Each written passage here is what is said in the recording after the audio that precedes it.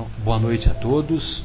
Estamos iniciando mais um programa Momentos Espirituais, programa que é produzido pelo Departamento de Comunicação do Centro Espírita Paulo de Tarso. Hoje é dia 15 de agosto de 2014 e hoje é uma data muito especial, viu, Guilherme? Porque hoje comemora-se o aniversário da morte de um grande escritor brasileiro chamado Euclides da Cunha. Agora, logicamente que eu sei disso porque ele escreveu a obra Os Sertões lá na minha cidade, lá na minha aldeia. E, como diz o nosso querido Leon Tolstói, divulgue a sua aldeia e conhecerás o mundo. Então, ele escreveu a maior parte da obra Os Sertões lá em São José do Rio Pardo, enquanto construía uma ponte sobre o Rio Pardo. Por isso que ele também era engenheiro, então ele ficou notabilizado lá na cidade. E tanto é que nós temos lá a Semana Euclidiana, quando se tem um ciclo de estudos sobre a obra desse escritor, e particularmente a obra Os Sertões. A obra Os Sertões, na literatura brasileira, é uma obra que marca uma divisão entre o período do romantismo e o realismo para o modernismo. Então, é uma obra que ela é altamente considerada até hoje, né, pelos especialistas, por causa disso, porque o Euclides da Cunha, ele escreveu, retratou a Guerra de Canudos, que ocorreu por volta de 1900 na cidade de Canudos, lá no interior da Bahia, e ele então retrata como que é a terra, como que eram os homens que lá viviam e como que foi a luta. E uma de suas frases que mais ficou famosa, é quando ele diz que o sertanejo é, antes de tudo, um forte. Então, a nossa homenagem aí ao nosso querido Euclides da Cunha. Bem, e hoje nós estamos aqui acompanhados do nosso Guilherme, do nosso José Irmão, do Fábio, da Érica e da Sônia. Então, nós estamos estudando a obra O Livro dos Espíritos, em particular no livro 3º, que fala das leis morais, e estamos no capítulo intitulado Da Perfeição Moral, e mais detidamente na questão 910. A questão que nós terminamos a semana passada foi a questão 909, questão que nós reputamos de muita importância, porque o Kardec perguntou para os benfeitores espirituais se o homem pode, pelos seus esforços, vencer as suas más inclinações. E os benfeitores respondem com clareza: podem, através dos seus esforços, vencer as suas más inclinações. Pode sim, e muitas vezes fazendo esforços bem pequenos. O que lhe falta é a vontade. E ainda dizem: quão poucos dentre vós fazem esforços. Então, vale a pena nós nos recordarmos que a trajetória do espírito na sua caminhada espiritual, os benfeitores espirituais sempre deixam claro que essa trajetória, ela não se dá pelo elevador, né? Vocês imaginam a cena: nós entramos no elevador, jantamos, entramos no elevador panorâmico, aí tem lá o andar celestial, aí nós apertamos aquele botãozinho, o andar celestial, e com a barriga cheia vamos fazendo tchauzinho para os pecadores. Então, quer dizer, a evolução espiritual, ela não se dá pelo elevador, ela se dá pela escada, degrau por degrau, com muito esforço e com muita luta. mas principalmente munidos desta vontade que muitas vezes ainda nos falta. Bem, a questão que nós iniciamos no estudo de hoje, o Kardec quer saber dos benfeitores. Pode o homem achar nos espíritos assistência eficaz para triunfar, para vencer as suas paixões? E aí, meu caro José Irmão, o que você acha? Nós podemos, o homem pode conseguir ajuda dos espíritos, logicamente dos bons espíritos, e essa ajuda pode lhe ser útil para que ele possa vencer as suas paixões? Antes, boa noite a todos. É um prazer estar aqui, uma alegria como sempre. Que a paz do Senhor Jesus encontre todos os corações. E a resposta é sim, né? Graças a Deus, porque os espíritos bons e elevados estão sempre prontos a nos ajudar. Então, como diz aqui a resposta, e nos espíritos, os benfeitores, eles dizem: se ele ora a Deus e ao seu bom gênio com sinceridade, os bons espíritos virão certamente em sua ajuda, porque é a sua missão. Então, na obra também de André Luiz, Entre a Terra e o Céu, logo no primeiro capítulo, Clarencio faz um esclarecimento sobre a oração muito bela, né?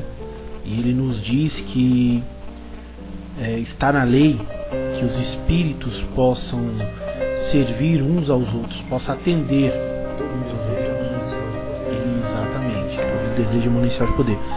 E na medida do possível, os espíritos devem servir, devem atender uns aos outros. Então, dependendo do nível de nossa oração, por isso aqui os bons espíritos dizem, quando nós oramos com sinceridade, porque Jesus conhece o fundo de nossos corações, nós vamos nos conectar e fazer afinidade com aqueles espíritos que compreendem os nossos pedidos. Então, se o nosso desejo, se a nossa vontade for elevada, obviamente vamos encontrar afinidade com esses espíritos elevados, e como diz o próprio André Luiz, nenhuma oração fica sem resposta, graças a Deus. Perfeito. E ele faz o Kardec deixa entre parênteses uma referência na questão 459, e nós vamos cumprimentar o nosso Guilherme e pedir para ele ler essa questão 459. Boa noite, Guilherme, fique à vontade. Boa noite, Marcelo, boa noite a todos.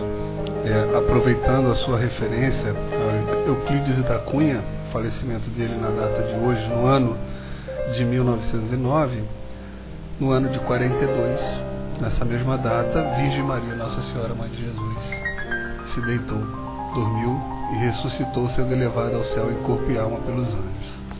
Então também fica aqui essa lembrança que... 1942? Não, 1942, no ano 42, né? No ano 42. No ano 42, está aqui. Fonte Wikipedia, não tenho isso de cabeça, mas creio que é uma boa referência. Bom, indo para a pergunta que a gente estava falando, que é a 459, a pergunta diz o seguinte: influem os espíritos em nossos pensamentos e em nossos atos? E os espíritos respondem: muito mais do que imaginais. Influem a tal ponto que, de ordinário, são eles que vos dirigem. E é engraçado, né, que a gente lendo isso, às vezes tem algumas passagens da nossa vida onde a gente insiste em determinada coisa, acha que determinada coisa não está no caminho certo, e quando na verdade aquilo que a gente está passando, que a gente interpreta talvez como o caminho errado, é justamente aquilo que a gente precisa e que o mundo espiritual está nos guiando para viver aquela experiência. Uma passagem que me lembra agora da Bíblia é o próprio Jó, que teve todas aquelas provações que ele teve que passar, a ponto dele mesmo questionar um pouco aquela questão com Deus, falar, poxa, mas será que os amigos deles todos falando que ele tinha enlouquecido, que não pode ser, teu Deus não pode estar fazendo isso com você, E foi justamente quando ele se curvou e perdoou aqueles amigos e entendeu que aquilo sim era a vontade de Deus, que Deus foi lá e restituiu tudo aquilo que ele tinha perdido, né? Então a gente sempre diz que a pessoa não deve ficar parada, e não deve, ela tem sempre que tentar fazer as coisas para melhorar, mas às vezes também quando a gente está se sentindo patinando sem progresso, é bom pensar se realmente aquela, entre aspas, falta de progresso não é uma prova pela qual a gente está sendo empurrado a passar. E aí você me lembra que o Jó, ele ficou muito conhecido pela sua paciência, né? Por ser portador de uma paciência ilimitada. E nós nos recordamos, com auxílio do autor do livro O Monge e o Executivo, quando eles nos definem na visão psicológica que paciência significa autocontrole diante das adversidades.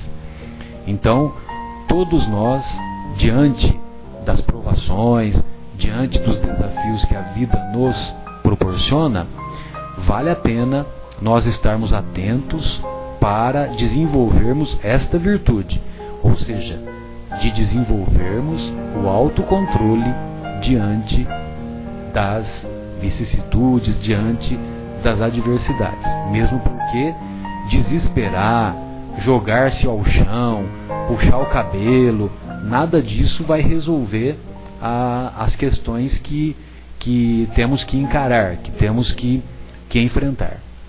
De modo que essa referência que o Guilherme fez da paciência de Jó vem muito a calhar. E também vem muito a calhar essa colocação que o Kardec fez, referindo-se à pergunta 459, e os estudiosos da doutrina, eles sempre citam essa questão, que os espíritos influenciam em nossas vidas de tal maneira que de ordinário são eles que nos dirigem, eles, os espíritos. Agora cabe a nós sintonizar com os bons espíritos. Então, os bons espíritos podem sim nos auxiliar nas situações em que enfrentamos, de acordo com o comentário que o José Irmão fez, porque quando nós pedimos com sinceridade, quando nós pedimos de coração, quando nós aprofundamos os nossos sentimentos, sem dúvida essa ajuda vem, essa solução para os problemas, para os desafios que enfrentamos, ela vem.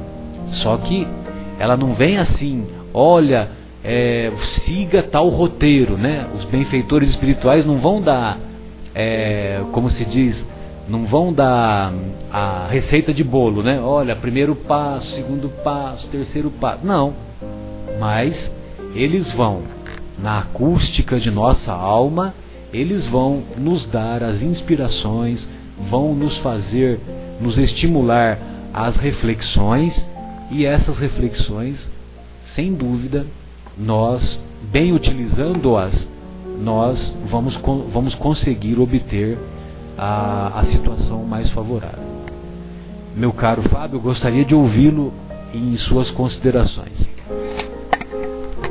Eu estava pensando aqui em uma maneira mais fácil de explicar a interação que acontece entre as mentes, né? A mente da pessoa que sofre influência e a mente da pessoa que dá a influência.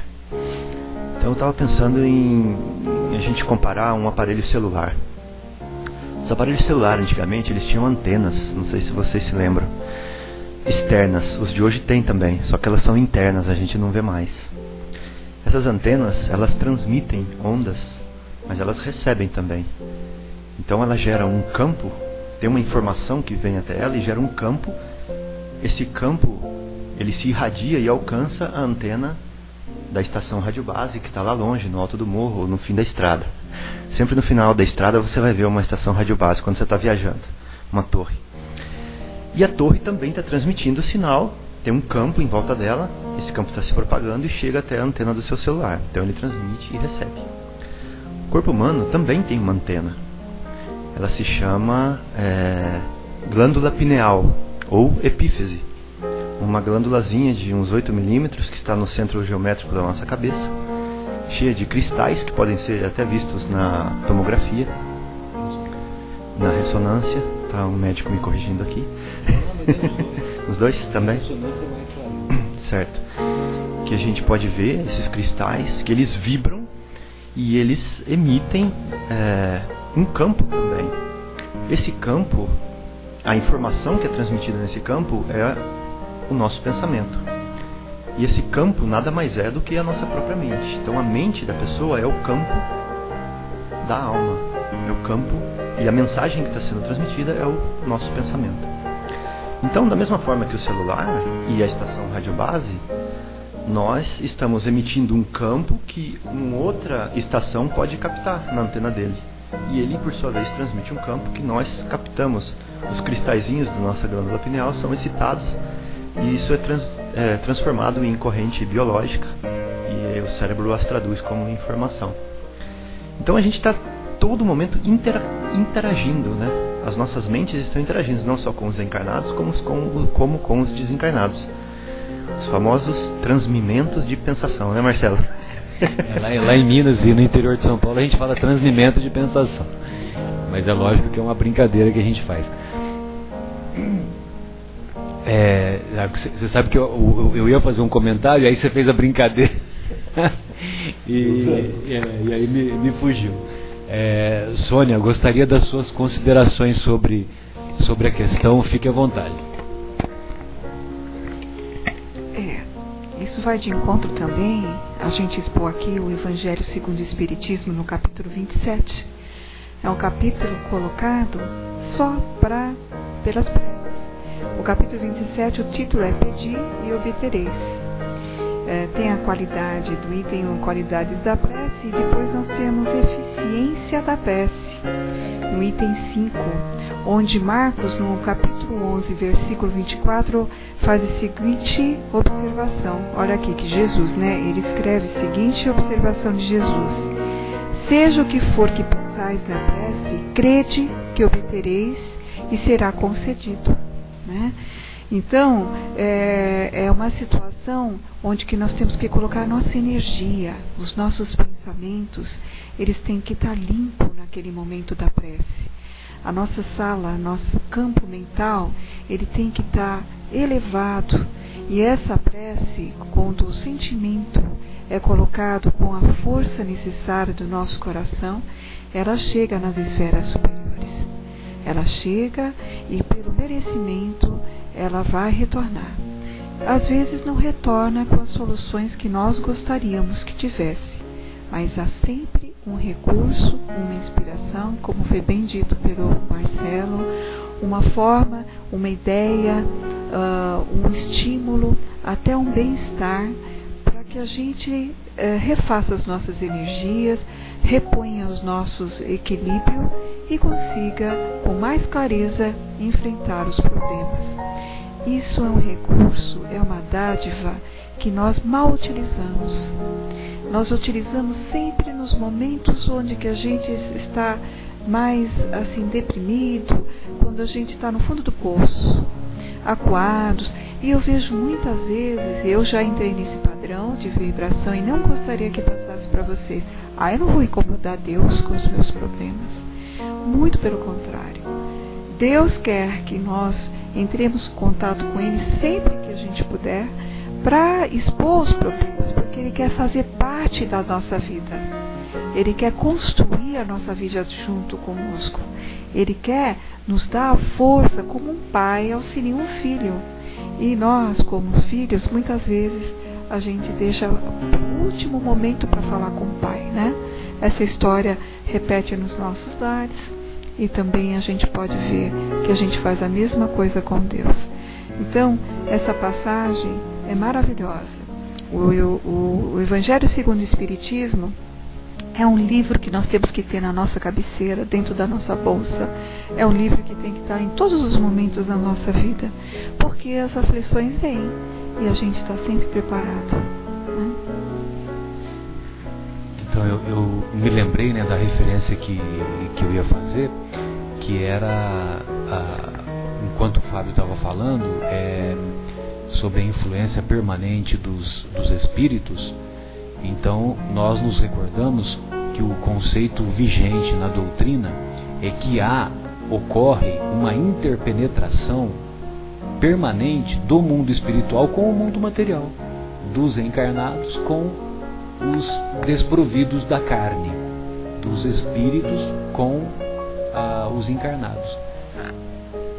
Então um mundo penetra no outro permanentemente, e uma das maneiras de manifestação é essa descrição que o Fábio fez lá da glândula pineal. Sempre lembrando que a glândula pineal ela é o instrumento que é utilizado pelo espírito. Não é ela que é a mente, não é ela que é o espírito. É através dela é que se dá esse intercâmbio, podemos dizer intercâmbio mediúnico ou intercâmbio permanente das inspirações mais elevadas ou menos elevadas, de acordo com a sintonia que dela fizermos, né? E sempre pensando no Espiritismo como fé raciocinada, vale a pena mencionar para as pessoas que estão ouvindo e quiserem pesquisar um pouco mais a respeito disso, a glândula pineal, me corrijam se eu falar besteira aqui os médicos, mas ela libera uma substância chamada de metiltriptamina quando a gente dorme, né? E também na hora do desencarne. É muito forte a produção dessa substância, que permite então talvez, né, a gente entrar em contato, fazer essa ligação da antena com a transmissão que a gente pode captar do mundo lá de fora, né?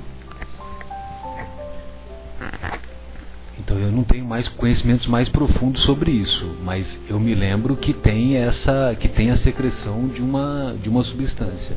E essa substância tem até uma palestra bem legal chamada DMT, a molécula do espírito, alguma coisa assim, dada por uma casa espírita, mas essa substância de metiltriptamina que a glândula pineal acaba produzindo, o cérebro produzindo, ela também é encontrada nas plantas que fazem justamente aquele chá das cerimônias do Daime ou da União Vegetal, que tem toda aquela polêmica de se é alucinógeno ou se, mas enfim, em teoria é a produção através da planta de algo que nós já produzimos para fazer esse contato com o mundo espiritual.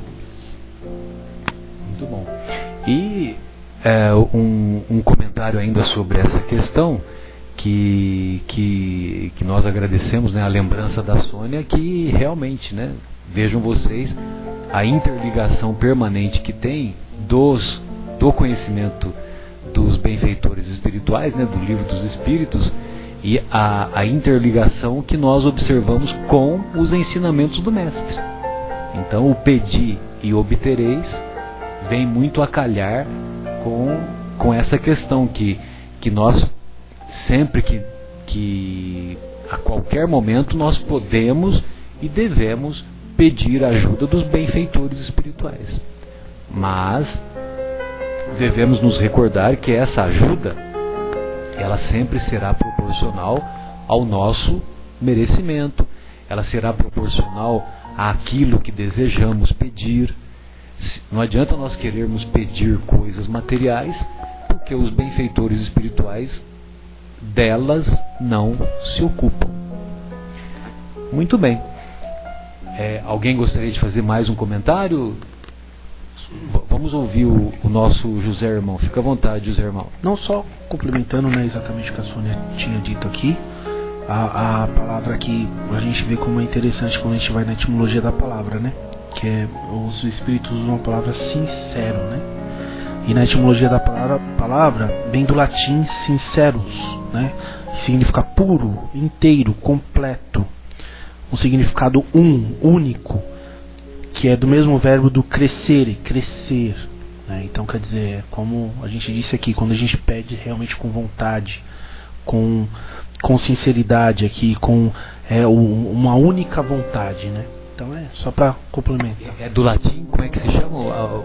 Sinceros. Sinceros, né? E qual o significado? Você pode repetir? Puro, inteiro, completo. Sim, aqui com o significado de um único, que é a divisão da palavra, né? Mais a raiz do verbo crescer.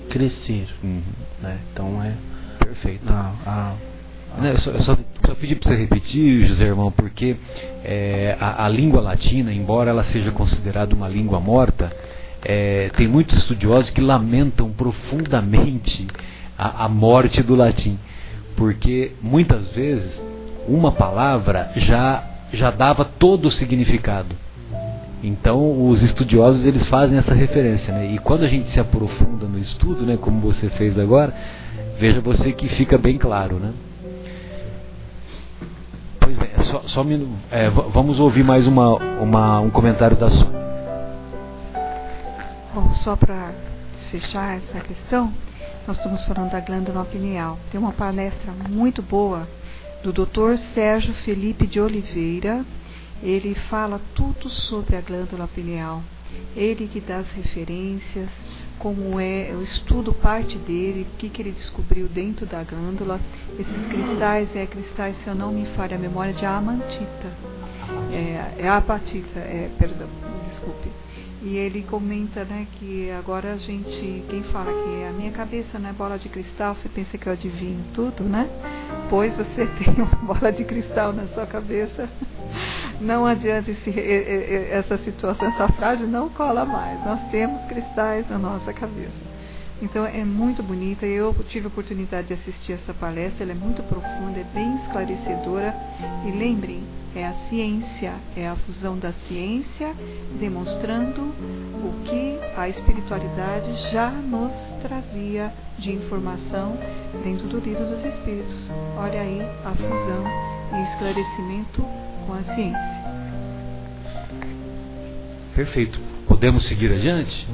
Então vamos lá agora para mais uma pergunta empolgante que o Kardec faz para os benfeitores. Então ele pergunta assim: não haverá paixões tão vivas e irresistíveis que a vontade seja impotente para dominá-las? Então muitas vezes nós trazemos ainda da herança que temos ao longo dos séculos, ao longo das inúmeras existências passadas, ainda nós trazemos aquele antigo conceito de que a carne é fraca. E então, pelo fato da carne ser fraca, eu não consigo dominar, eu não consigo controlar determinadas paixões. Pois bem, então os benfeitores espirituais assim respondem. Vou novamente repetir a pergunta e vamos em seguida para o comentário dos benfeitores. Não haverá paixões tão vivas e irresistíveis que a vontade seja impotente para dominá-las? Aí os benfeitores respondem: existem muitas pessoas que dizem quero, mas a vontade só lhes está nos lábios. Querem, porém, muito satisfeitas ficam que não seja como querem. Quando o homem crê que não pode vencer as suas paixões, é que seu espírito se compraz nelas, em consequência da sua inferioridade. Compreende a sua natureza espiritual aquele que as procura reprimir. Vencê-las é, para ele, uma vitória do espírito sobre a matéria. Então vejam vocês, meus queridos, que muitas vezes o que acontece é que nós nos comprazemos em nos manter naquele sentimento inferior, em nos manter naquelas paixões menos elevadas. E pelo fato de nós ainda sentirmos esse prazer em nelas nos mantermos, então isso, logicamente, devido à nossa imaturidade psicológica, nós não temos o controle, ou o autocontrole, ou o autodomínio sobre nós mesmos em vencer essas más inclinações. Por isso que o Kardec, uma vez mais, sempre muito bem inspirado, assim definiu como deve ser a conduta do espírita. Ou seja, reconhece-se o verdadeiro espírita pelos esforços que faz continuamente para domar as suas más inclinações. Então, o verdadeiro espírita e o verdadeiro cristão, porque não existe espiritismo sem Jesus, então o verdadeiro espírita e verdadeiro cristão não é aquele que vai na casa espírita e assiste a palestra e toma o passe e vai para casa. O verdadeiro espírita é aquele que se esforça dia a dia para dominar as suas más inclinações. E todos sabemos que essas más inclinações provêm, em sua maioria, do egoísmo e do orgulho. José Irmão, quero ouvir as suas referências. Acho que depois dessa resposta não tem muito o que a gente falar, mas é isso aí, quer dizer, é a vontade, né, sincera que nós temos, porque de fato nós temos todos os meios. Quando nós queremos de fato a mudança, Deus nos proporciona todos os meios para que ela realmente aconteça. E quando de fato nós não queremos profundamente, quase sempre nós inventamos alguma desculpa e vamos nos mantendo, vamos tal. Então é necessário a persistência no bem, né? Os espíritos do bem nos dizem que não muitas vezes, é claro que nós sabemos que é impossível que a gente se transforme, por exemplo, em Chico Xavier da noite para o dia. Então vamos, né, separar as coisas, né? Nós estamos falando aqui de uma vontade sincera em prol do bem, para que a gente possa vencer as nossas viciações. Então a gente pode avançar bastante nessa matéria. Isso não significa um avanço tão longo que vai necessitar algumas reencarnações, mas muito se pode fazer quando de fato nós temos essa vontade. O problema é que nós quase sempre inventamos desculpas para as mudanças através do amor, que é através do estudo, através da palavra, através do trabalho de si mesmo no nosso dia a dia, assim por diante, e quase sempre nos sobra as grandes provações ou até mesmo as expiações mais duras, que vai nos despertar a dor, não é? E aí sim vem a grande mudança. Mas eu acho que a palavra aqui de Kardec, dos espíritos, ela é muito inspiradora, né? Porque ela diz que de fato depende da gente, quer dizer, ele nos inspira a de fato nos concentrarmos na nossa vontade, a oração, como disse a outra questão, a nos empenharmos, né, para essa mudança. E eu acho que isso em grande parte já nos traz uma certa felicidade, mesmo que parcial, porque como nós dissemos aqui na semana passada, a felicidade vem também em grande parte de ter nossa consciência tranquila, né? Eu na verdade eu tenho uma pergunta para vocês, né? Porque essa questão da carne é fraca. Eu hoje fui buscar minha irmã no aeroporto, e o aeroporto é um lugar especial. Eu percebo que tem algumas características no aeroporto que, como o avião atrasou, eu fiquei esperando sentado, percebendo algumas coisas. Eu vi que, por exemplo, uma das características que eu reparo, em especial o aeroporto aqui perto da gente, o de Viracopos. O de Viracopos está falando, né? Muitas mulheres se vestem para ir no aeroporto como indo para uma festa. Então estava ali um desfile enorme de glúteos apetitosos passando para um lado e para o outro, um negócio assim que chama atenção, e chama mais atenção ainda a quantidade de homens casados de diversas idades que ficam ali como ventiladores olhando para um lado e para o outro, e e sem a menor chance de fazer alguma coisa com aquilo. Mas você percebe que as pessoas têm muito pouca vontade, parece, né, de sublimar determinadas coisas, como por exemplo, não olhar para aquilo, que se você sabe que aquilo já é uma coisa que pode te levar a um ato errado, talvez sublimar, de tentar se policiar para fazer determinada coisa. E aí a gente fala que o espírita de verdade é aquele que luta 24 horas por dia contra suas más inclinações. Mas 2 perguntas atrás nós lemos que justamente lutar contra as más inclinações basta fazer um esforcinho de nada. E quão poucos de vocês o fazem, né? Então assim, ou seja, o espírita de verdade é um sem vontade, porque se fosse com vontade, né, conseguiria acabar com as suas más inclinações. Talvez não virar um Chico Xavier, mas eu acho que muito mais no lado mediúnico, mas assim, ter uma vida regrada, eu acho que nós conseguimos, caso queiramos. Agora vem a pergunta. Penso eu, e falo por mim, que sabemos que estamos vivendo num mundo em transição, sabemos que o planeta Terra está em transição, sabemos que alguns espíritos vão acompanhar o planeta nessa transição, outros não vão. Sabemos que todos os espíritos que aqui estão também não são perfeitos, vai ter, vamos dizer assim, uma linha de corte, alguns vão, outros não vão.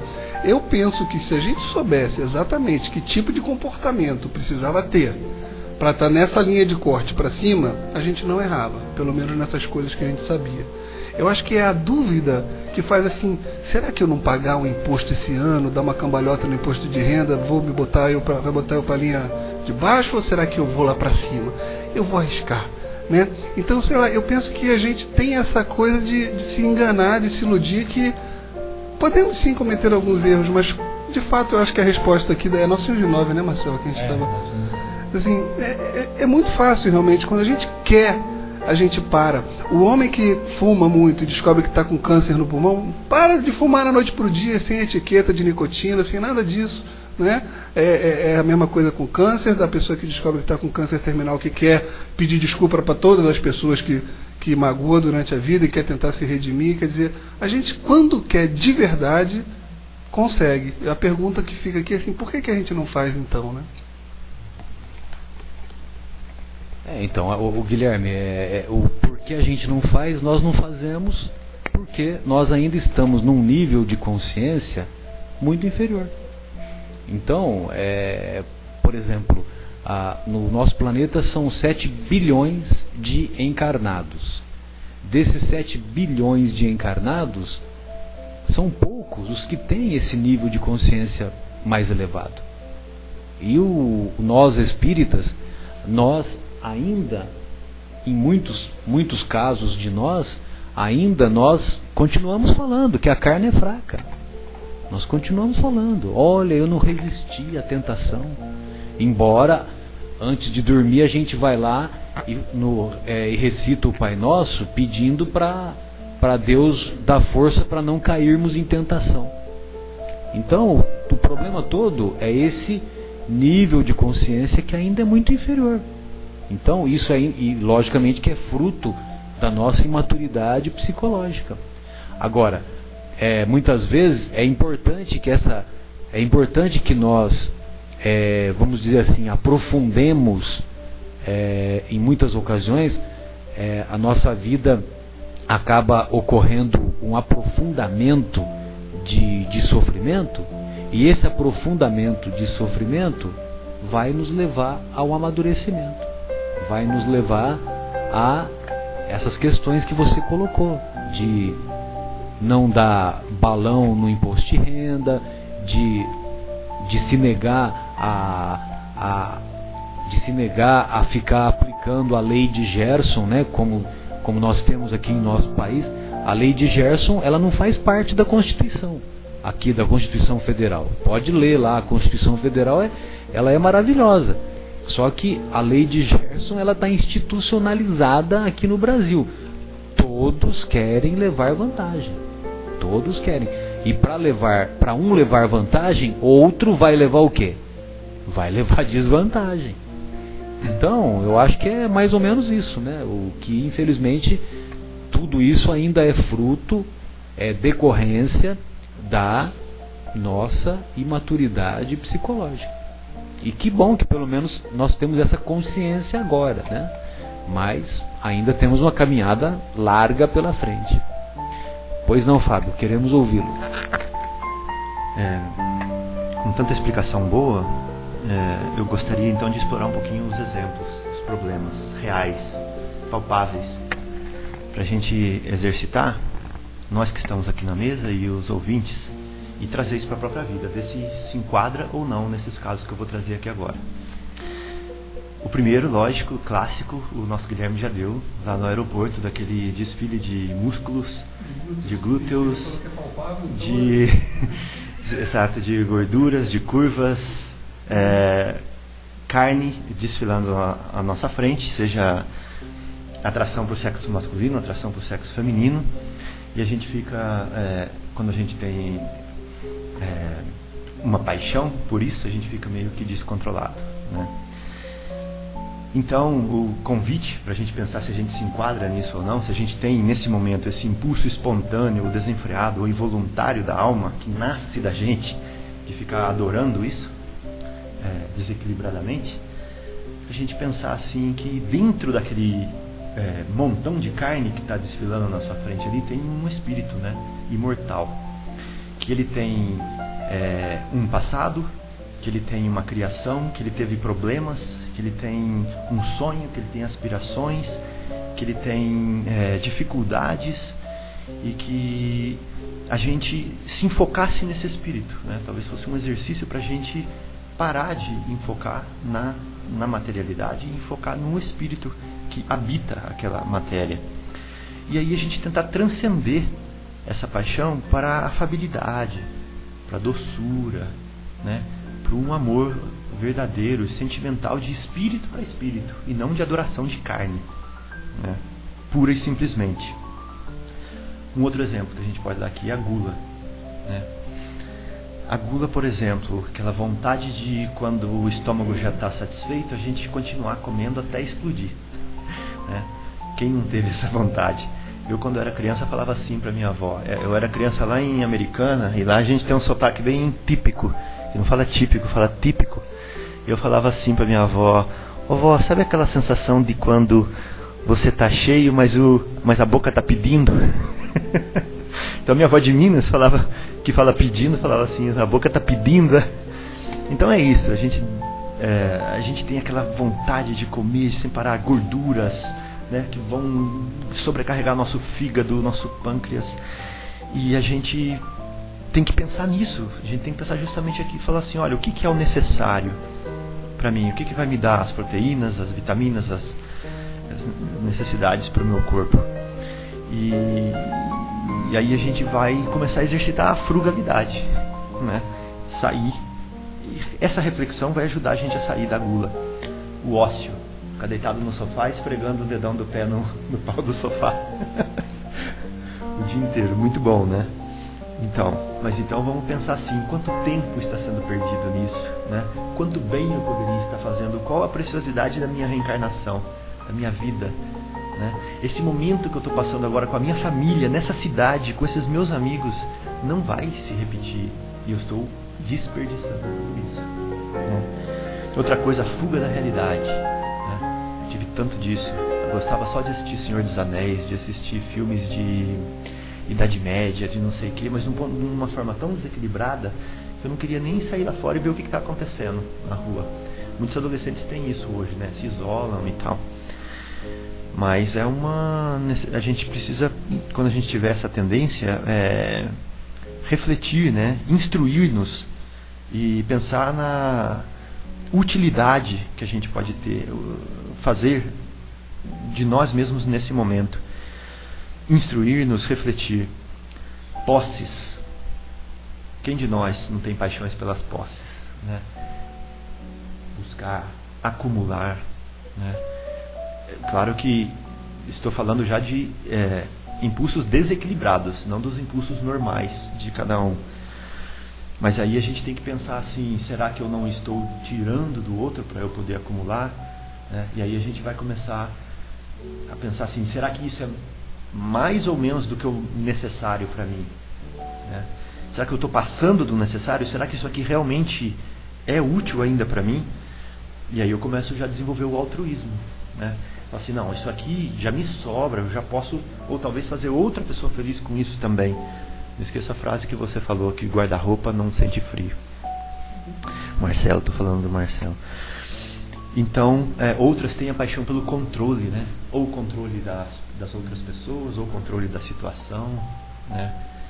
Quando a gente tem, ao mesmo tempo, um ensejo por liberdade, né? Sem libertinagem, liberdade com responsabilidade. E outra, envaidecimento, por exemplo, né? Tem gente que trabalha com beleza ou com alguma coisa e às vezes deixa essa paixão se desenvolver de uma certa maneira, mas esquecendo que a matéria vai se desenvolvendo, né? Também vai ficando mais velha e tal.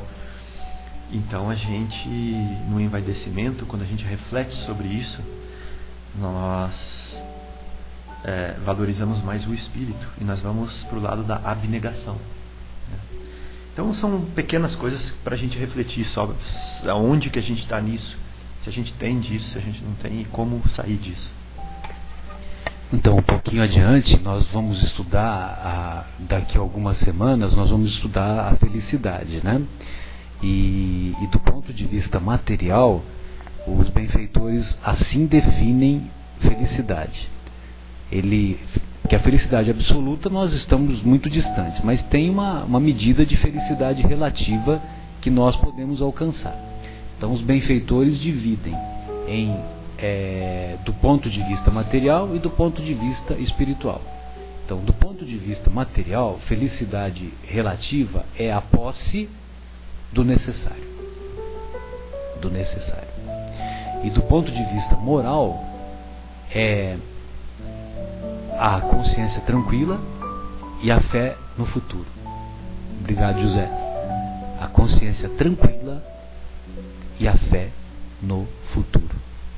E olha só que interessante, uma consideração que um expositor espírita de Minas, muito bom, chamado Simão Pedro, ele faz uma comparação muito legal dos conceitos que estão na doutrina e com alguns filósofos existenciais do presente. Então, olha só que coisa maravilhosa que eles falam. Você pega lá a questão 621 e os benfeitores, o Kardec pergunta para os benfeitores: onde está escrita a lei de Deus? Está escrita na consciência. O que é lei de Deus? A 614. O que é lei de Deus ou lei natural? É aquela que foi criada por Deus para a felicidade do homem. E o homem, se é infeliz, ele o é porque dela se afasta. Então, olha só, guarda só esses conceitos, né? Então, a lei natural é a lei que foi criada por Deus para a felicidade do homem. E aonde está escrita? Na consciência. E felicidade é consciência tranquila. Consciência tranquila. Só como exemplo, um dos principais tormentos que os espíritos vêm falar para nós, principalmente na obra O Céu e o Inferno e em inúmeras outras, né, principalmente na psicografia do Chico, é que o que eles mais se arrependem, estou dizendo, né, nós somos espíritos também. Então, o que nós nos arrependemos quando chegamos lá no mundo espiritual, chegamos, entre aspas, o que nós mais nos arrependemos é o emprego inadequado do tempo disponível que nós tivemos, que foi o que você falou agora há pouco, né? Então, aí ele faz uma comparação, né, com os filósofos existenciais do presente, Almir Sater e Renato Teixeira. Naquela famosa música Tocando em Frente, eles terminam assim: cada ser traz em si o dom de ser capaz, o dom de ser feliz. Então, a lei natural está dentro de nós. Ou, como diz Jesus de maneira tão poética, o reino de Deus encontra-se dentro de cada um de vós. Sensacional. Maravilha, viu, Fábio? Esses comentários que você fez foram absolutamente pertinentes.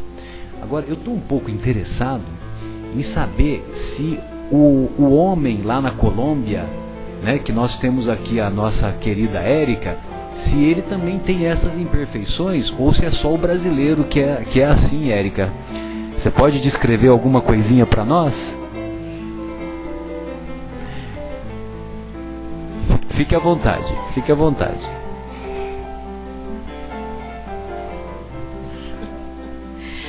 Bom, eu fui pegada agora de surpresa e não sei o que falar. Não tem problema, nós editamos depois, viu? Fica sossegado.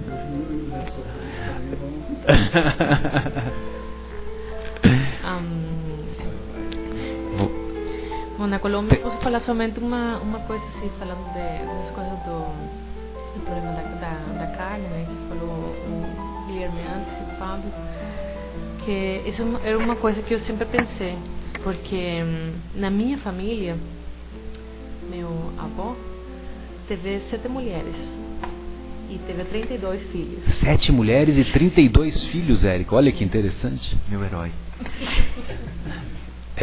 São os exageros de Fábio. E para mim foi uma coisa que sempre achei assim, pensei assim, mas por que ele precisava ter tantas mulheres e fazer tantos filhos com todos, né? Com todas? E isso eu penso assim, é uma coisa absurda, porque se você tem uma pessoa adequada ao seu lado, realmente não precisa olhar para outros. E eu via muito isso na Colômbia, amigos, familiares, que era normal depois de muitos anos aparecer um filho e assim uma causa muito era uma situação muito difícil na família depois, né? E essa de vigiar, estar assim atentos, pensar talvez em outra coisa, pegar talvez um livro quando você vê uma pessoa interessante ou bonita, né? Porque sempre tem uma pessoa bonita que passa pela sua frente. E como o Fábio falou, pensar nesse espírito, pensar em que é uma pessoa que precisa também de amor, de carinho, e que não somente um objeto para satisfazer nossas necessidades, não sei. Acho que é uma coisa que a gente teria que ter assim na mente, né? Porque eu sempre fiquei muito impressionada com essa. Eu achava que era cultura latina, e sempre pensei assim, nunca vou casar com um latino. Não queria casar com um latino por causa disso. Cresci com isso na minha família, com esses conceitos. Mas lógico, agora conhecendo um pouco mais do espiritismo, sabendo que é possível mudar algumas coisas, né? Mas ainda se são coisas tão ruins dentro de nós, acho que todos podemos realmente, e que realmente não somente um latino, que em qualquer parte do mundo uma pessoa pode ser desse jeito, e que trabalhando muito podemos mudar. Perfeito, Érica, muito obrigado. Então, eu me lembro de um amigo que uma vez ele fez um comentário quando ele soube, né, de uma senhora que havia se separado, um psicólogo, né, espírita, que agora me fugiu o nome, é um psicólogo que tem a visão espírita, né? Então essa cliente, lógico que ele fez o comentário, mas não citou nomes devido à questão ética, evidentemente. Então ele conta o caso de uma senhora que estava lá conversando informalmente com ele, e ela estava muito triste porque fazia 2 semanas que ela havia se separado do marido, do então marido, porque ela havia descoberto que ele o traía e que ele a traía. E então, como se tratava de uma conversa informal, né, não se tratava de uma sessão propriamente dita de psicologia.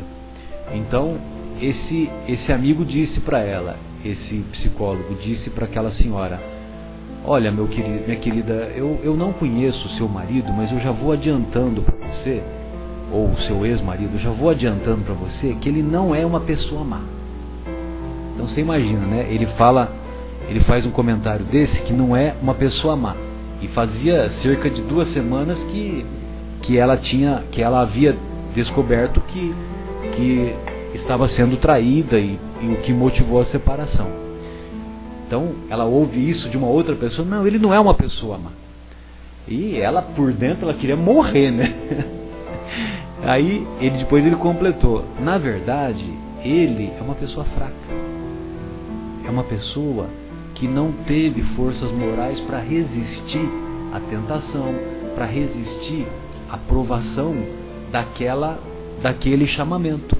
Então, minha querida, na verdade o que você deve é rezar por ele, porque trata-se de uma pessoa fraca que não soube valorizar todos esses anos de convivência com você, toda essa sua lealdade, toda a sua dedicação, etc, etc, né? E ele foi em busca da felicidade de maneira egoísta, da felicidade dele. E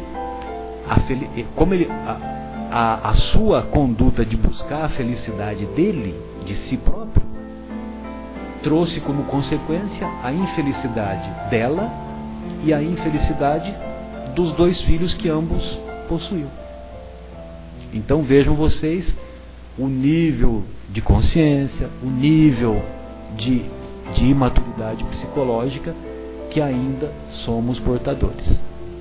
Então, minha querida Érica, essa história que você disse, né, do seu avô que teve 7 relacionamentos que deram 32 filhos, né, como fruto, logicamente que nós só vamos entender mais detalhadamente, né, o envolvimento de todos esses 32 filhos, só vamos ter um entendimento maior lá no mundo espiritual. Mas, porque eles pertencem a essa família espiritual. Mas o seu avô, ele não é uma pessoa má. O seu avô é uma pessoa fraca, uma pessoa imatura do ponto de vista psicológico. Então, é essa a reflexão que nós, dentro da doutrina, que nós sempre procuramos fazer, sempre procuramos abordar, principalmente esse lado da imaturidade psicológica, imaturidade esta que todos somos portadores, a começar por mim, que eu também sou portador de inúmeras imperfeições, mas também não significa que nós vamos nos acomodar com esse pensamento, né? E vamos continuar dando cabeçada, vamos continuar, vamos dizer assim, eu sou imperfeito mesmo, então não vou mudar, né?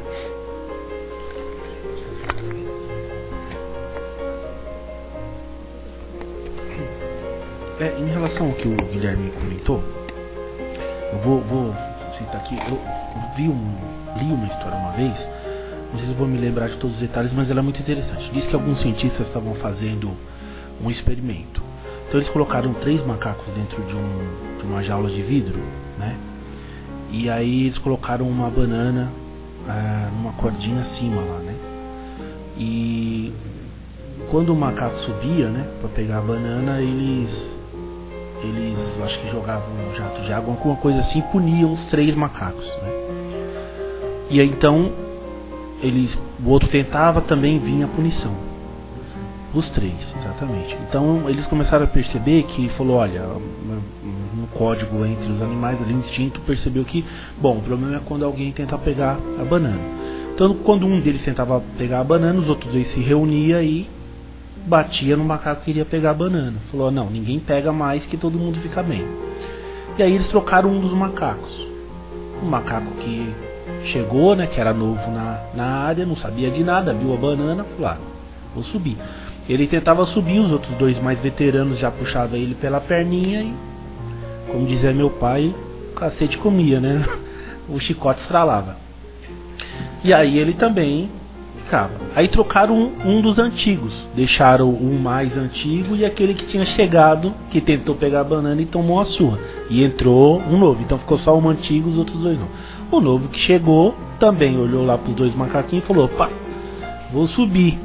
Aí o mais velho já puxou pela perninha, o outro que já tinha tomado a surra falou, é o código, e surra nele. Não sei porque você está apanhando, não sei porque você está apanhando, mas eu sei porque eu estou batendo. Exatamente. E aí os cientistas trocaram o último macaco, o mais antigo, e ficaram aqueles dois que não tinham passado pela experiência do jato, mas tinham passado pela experiência da surra, né? E chegou o terceiro novo. Quando esse terceiro tentou subir, o que estava, os dois puxaram ele pela perna e bateram, sem precisar passar pela experiência do jato d'água. Ou seja, na maioria das vezes nós não sabemos mais do que se trata, mas por costume nós assumimos os costumes daqueles que vêm antes da gente. O que eu quero dizer com isso é que não poucas vezes nós necessitamos saber a fundo o mal que o mal nos faz. Então, quando o Guilherme perguntou por que nós ainda assumimos isso, é porque nós desconhecemos o bem de Cristo, né? O amor de Cristo. Nós desconhecemos o bem que o amor pode nos trazer. Os apegos no vício, os apegos nas paixões, eles não são outra coisa do que a nossa própria ignorância de encontrar felicidade nos prazeres. Como nós desconhecemos algo maior, nós nos apegamos aos prazeres imediatistas. E o que nos traz prazer, como comida, o sexo, uma boa relação, adrenalina, são os prazeres imediatistas. Então nós nos esforçamos, nós temos uma certa felicidade, que não é felicidade coisa nenhuma, porque isso nos leva a uma certa viciação que traz a própria dor. E a lei de Deus é perfeita, e a própria dor acaba que por nos educar, né? Então, por conta disso. Agora, há um nível de apego tão grande, porque a lei permanece após a morte, que muitos desencarnam apegados a estas sensações, né? Como a lei ainda permanece, alguns por ignorância permanecem na postura do apego a estas sensações, mantendo os conceitos antigos. Só que eles se deparam com um probleminha. As sensações, ela é do corpo físico, embora o vício esteja mentalmente incrustado ao espírito, né? Como nós fazemos para satisfazer as nossas sensações? Nós passamos a descobrir, ele depois desencarnado, que é necessário o fluido vital, é necessário estar no corpo físico.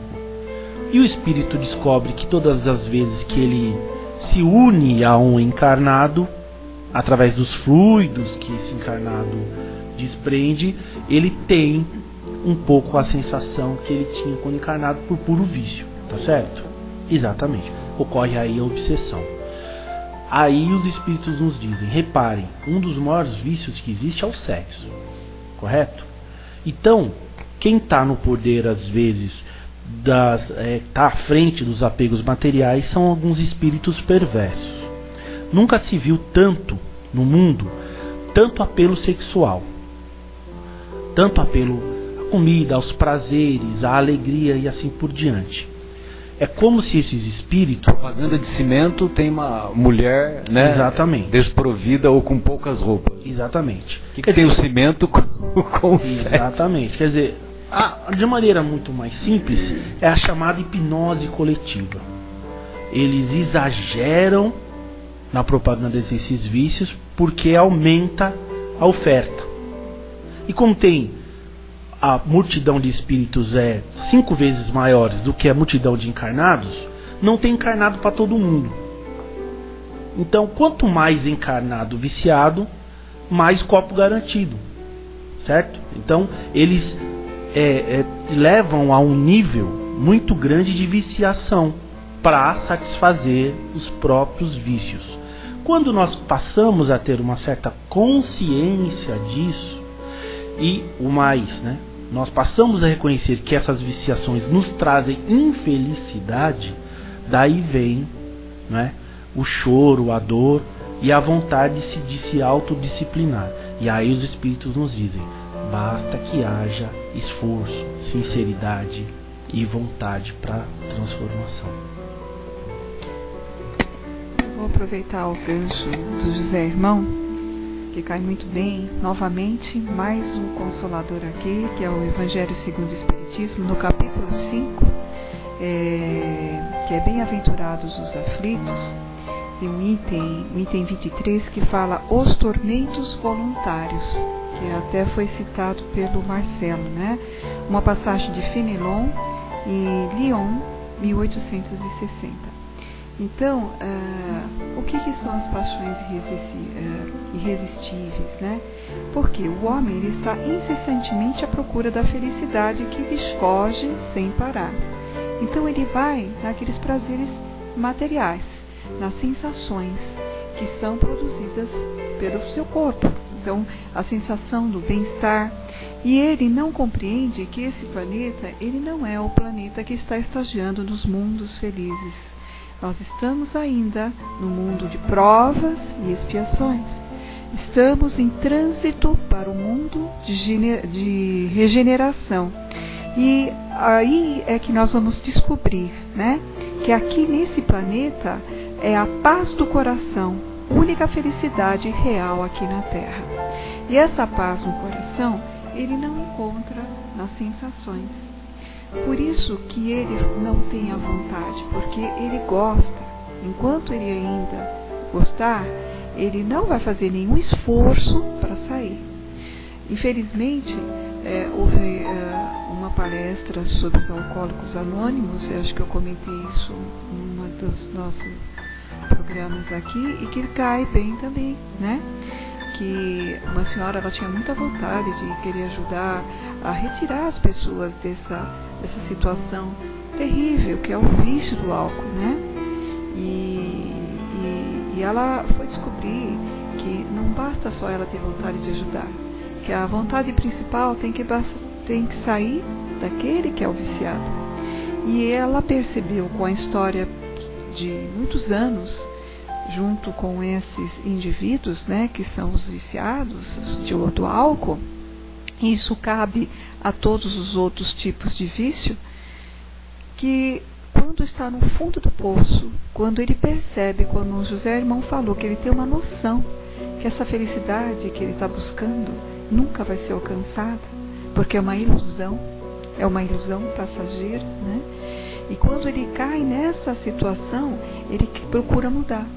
E nessa mudança, ele começa a exercer o esforço da vontade de sair. E infelizmente, às vezes ele está no fundo do poço, quando ele já perdeu a família, quando ele já perdeu o emprego, quando ele já perdeu seus bens, quando ele já perdeu os amigos, quando ele não tem nenhum lugar para dormir. É quando ele está no chão mesmo, quando a gente fala na sarjeta. E aí é que vem esse esforço de querer mudar a vida, porque não era a vida que ele escolheu para ele mesmo. É aí que ele vai ver os valores que ele teve, né? Então, o Evangelho segundo o Espiritismo, eu acho fantástico, porque cai com todas as situações de vida de um homem aqui no plano terreno, e ele dá as soluções e como é que a gente deve reconhecer o problema e tratar esse problema, né?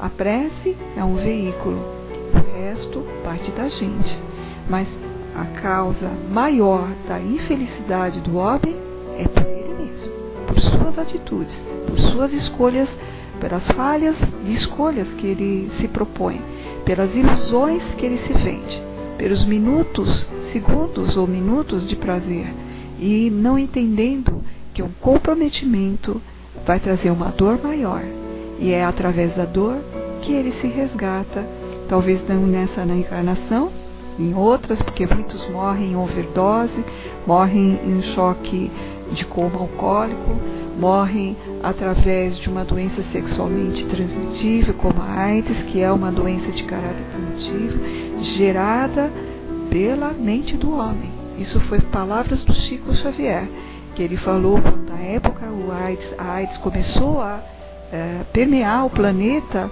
Ele falou que era pela mentalização do homem, e essa mentalização criou um miasma tão negativo que passou a ser transmissível pelas relações sexuais. Então nós somos causadores das nossas dores e temos o remédio para isso, começando com o esforço, a boa vontade e tendo a oração para superar esses entraves, esses enganos que a gente depara na vida, né?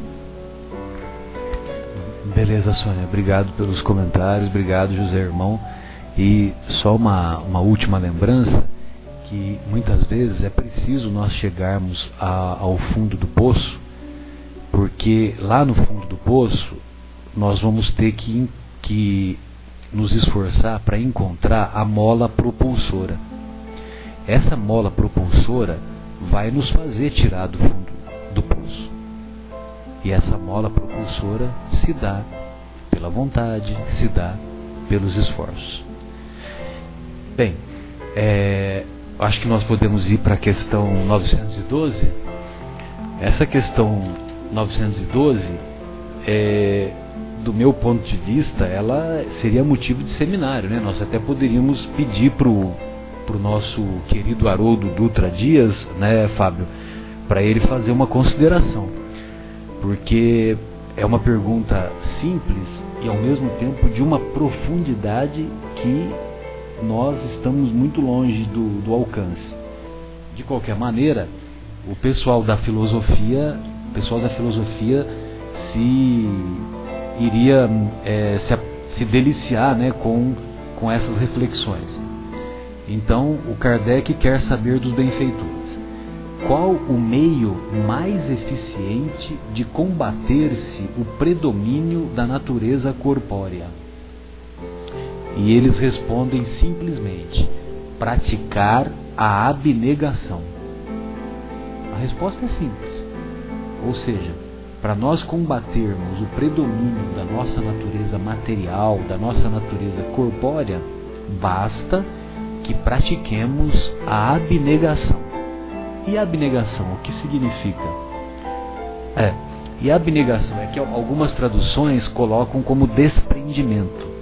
E tem outras traduções que colocam como abnegação. Nós podemos considerar que são palavras sinônimas, mas no fundo, abnegação significa negar-se a si próprio. Negar-se a si próprio.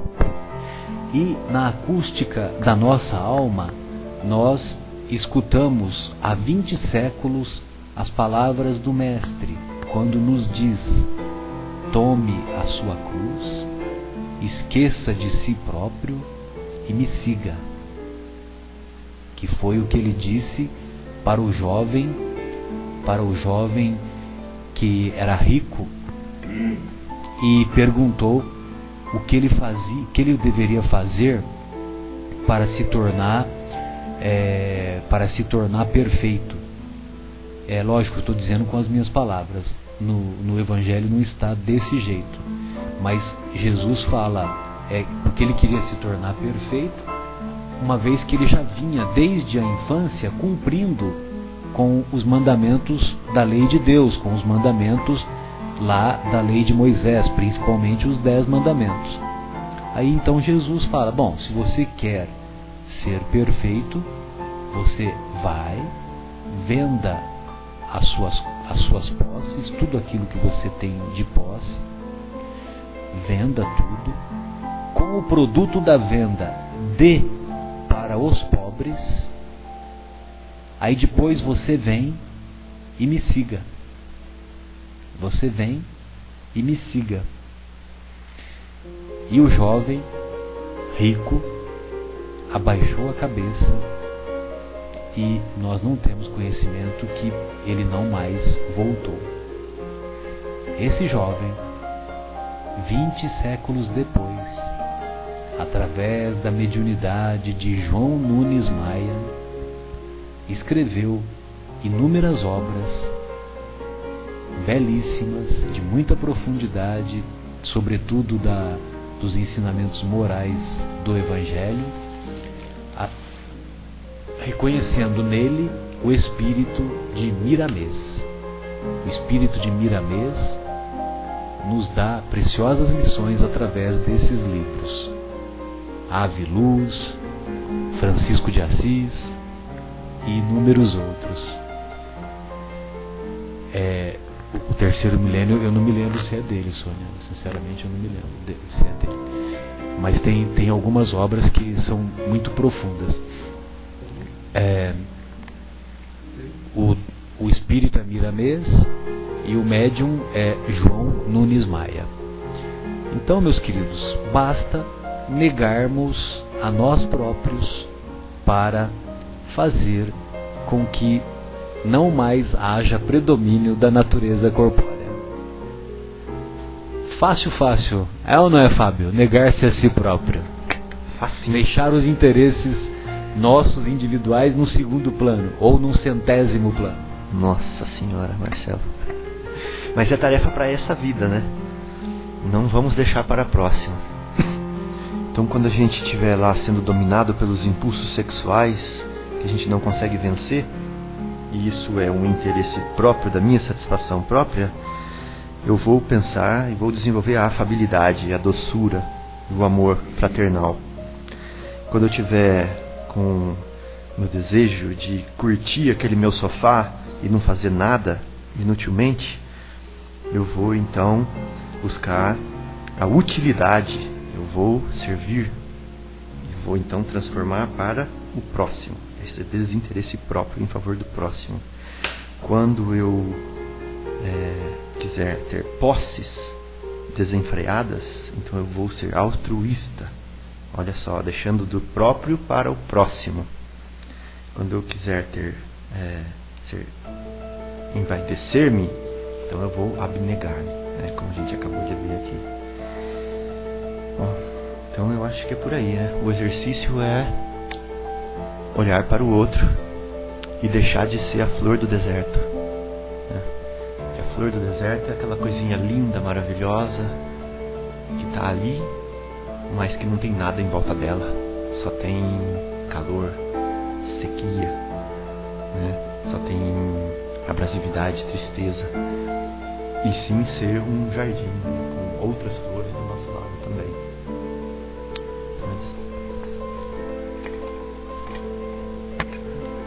José Irmão, fique à vontade. É só ajudando aqui na compreensão, exatamente como foi dito aqui, mas nós vimos lá na etimologia da palavra, do latim, abnegatio, ato de recuar ou negar, formado por ab, para fora, mais negatio, de negare, recusar, dizer não, relacionado a nec, não. Então, de fato, é como nós estamos dizendo aqui. Agora, a palavra abnegação nesse caso deve ser compreendida da maneira como os espíritos nos colocam, não só como uma negação a nós mesmos, né? Mas como uma outra palavra muito interessante chamada sublimação, né? Que os espíritos nos dizem bastante. Então, às vezes há uma certa incompreensão sobre a sublimação, né? E a sublimação é você colocar em foco um outro interesse superior, né? Um outro interesse, nesse caso, mais espiritualizante. Elevar os sentimentos, né? Exatamente. Então, quando você tem um apego, um sentimento apego às sensações, por exemplo, ao eu, ao egoísmo, primeiro o eu, depois os meus, aos outros nada, como diz a dona Nete, né? Quando você sublima isso, o que é? Não só a negação, mas aí você passa a projetar as suas intenções em algo mais nobre e superior. Então você nega a si mesmo, né, aos seus interesses mais materiais, aos seus interesses mais inferiores, para colocar no centro da questão agora o interesse da coletividade, do bem comum, né? Então é a sublimação. Lá no livro de André Luiz, chamado Os Mensageiros, que é uma obra incrível, né, como toda a obra de Chico e André, tem a parte dos médiuns, que eu acho que, se eu não me engano, ali pelo 3º capítulo, não me recordo muito bem, quando André Luiz está tendo contato com alguns médiuns que faliram, né? Desastre de Acelino. Perfeito, Marcelo, isso mesmo, Acelino. E Acelino, ele diz algo logo no princípio que é magnífico, porque André, ele se admira com todo o conhecimento de Acelino e diz assim, mas como pode, né, um espírito com tanto conhecimento, com tanto preparo, e ainda faliu? E Acelino diz assim: creio, meu amigo, que de fato, para vencermos na Terra, não há outro caminho que senão a sublimação de nós mesmos. Nunca mais eu esqueci isso. Quer dizer, ou seja, tudo é ilusão, ou como diz lá no Velho Testamento, Embaixo do céu, vaidade das vaidades, tudo é vaidade. O que está fora do amor, da sublimação do Cristo, de fato, nada mais é do que vaidade das vaidades. Como diz a Dona Nete, e até complementando com a pergunta atrás, né, sobre o nosso impulso sexual, que é instintivo e que é uma bênção para nós, como diz André Luiz, porque o sexo é que nos permite que a mulher possa engravidar e, portanto, é a porta de uma bênção, é a porta do bem por onde vários espíritos reencarnam e exatamente tem uma nova oportunidade, mas por as nossas viciações nós entramos nesse ponto. E a Dona Nete nos esclarece sobre o ponto da tensão sexual, por exemplo, né? Hoje exagera-se muito na propaganda para que se aumente a tensão e haja uma exploração desses instintos. No entanto, quando nós sublimamos isso, ou seja, nós paramos de pensar sobre o assunto sexo para pensar sobre o assunto amor. Como você disse, nós passamos a dar significado para aquilo que antes era simplesmente um objeto. Então nós passamos a negar aos nossos interesses mais vis e mais materiais e mais infelizes para agora sublimar, para agora dar um sentido mais superior, um sentido mais profundo e espiritual. Bem lembrado, José. E aí fica aí o convite, né, a todos de ouvirem ou de estudarem esse conjunto de palestras da NET, que é intitulado seminário, né, que é intitulado Sexualidade e Espiritismo. São longos, mas contém preciosas lições, e nós vamos encarar a sexualidade de maneira completamente diferente do que estamos acostumados e, sobretudo, compreendendo a responsabilidade que o tema exige. Anete Guimarães no YouTube. Assim, Anete Guimarães no YouTube. Bem lembrado. Vale para espíritas e não espíritas, porque 95% da palestra é totalmente científica, né, e comprovada. Então, até para aqueles que não sigam a doutrina, acho que vale a assistir a palestra. A nossa querida Anete, ela se caracteriza por isso, como ela tem muito conhecimento, muita bagagem científica. Eu tenho percebido que às vezes eu mando o link de algumas palestras para amigos meus, amigos não espíritas, e eu fico agradavelmente surpreendido com os comentários favoráveis que esses amigos fazem depois, e inclusive sentindo-se motivados a se aprofundar, né, nos estudos da doutrina posteriormente. Bem, meus queridos amigos, alguém gostaria de mais alguma consideração? A nossa querida Érica gostaria de fazer mais um apontamento. Érica, Fábio, fica à vontade. José, irmão. Marcelo, eu queria só registrar uma coisa que eu acho que todo mundo se lembrasse ia falar, mas como eu lembrei, eu me sinto na obrigação de falar. Que o maior exemplo de abnegação que a gente teve no planeta foi Jesus, né? Quando ele negou-se a si próprio e deu aquele exemplo de sublimação, né, José irmão? Entregou completamente não só a vida dele física aqui na Terra, mas como a posição dele de nosso jardineiro, né? Se nós somos as plantinhas aqui nesse jardim que é o planeta, essa posição dele de cultivador de almas, ele deixou essa posição em favor de nós, entrou nesse planeta de provas e expiações, né, Sonho? E sofreu conosco e deixou o exemplo para nós, para que nós possamos encontrar o caminho do Pai através dele. Muito bem, né? Nós estamos numa sincronia aqui de pensamento muito interessante, porque o que eu queria falar exatamente as provas de várias pessoas, começando por Jesus, que é o sublime, né? E ele, apesar de ter regressado no plano espiritual, a pátria espiritual, ele não deixou de mandar outros para que provassem. Então nós temos aí pela história, né? Nós temos até que o Siddhartha Gautama, ele era príncipe e rico.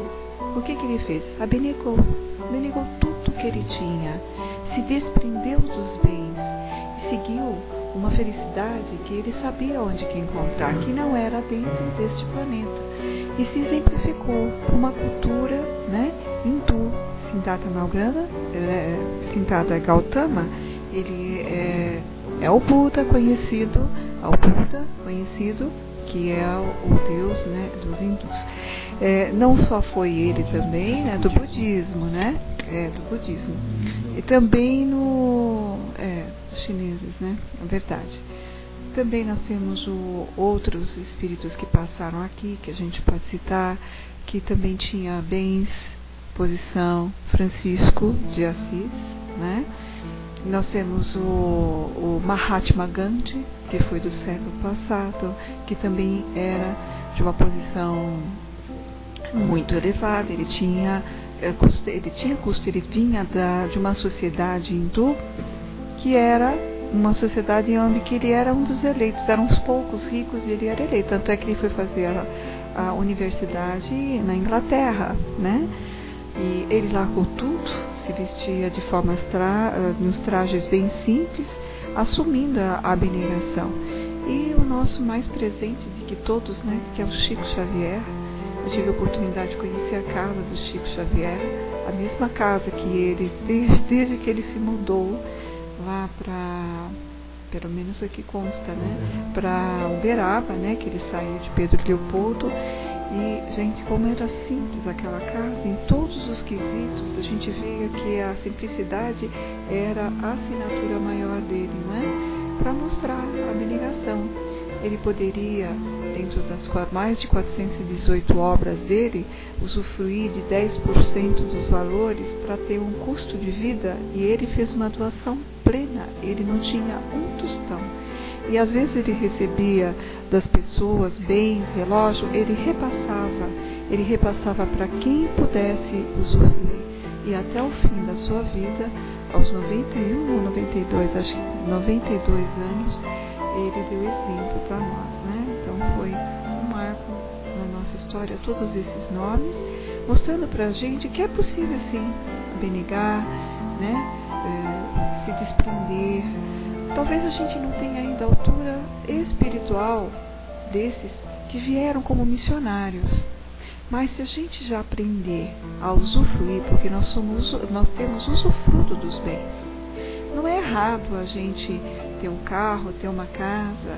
O que nós não podemos é viver preso a esses bens.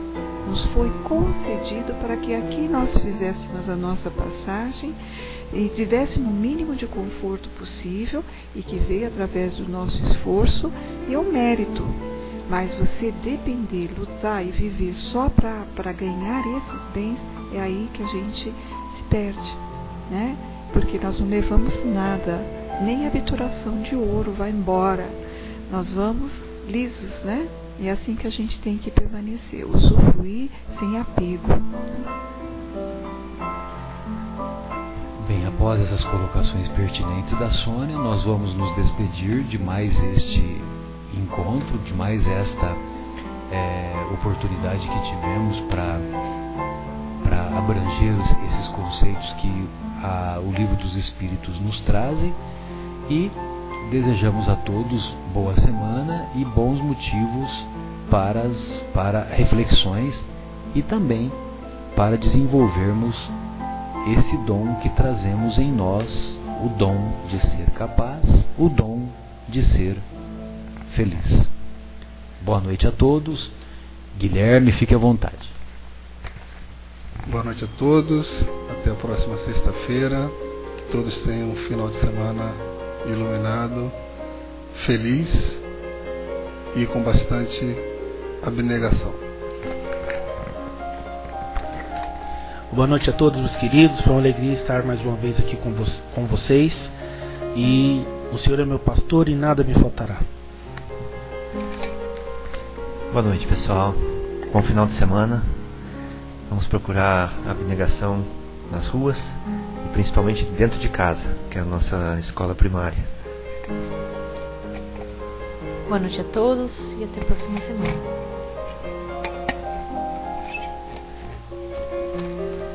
Boa noite a todos, é um prazer tê-los aqui ouvindo.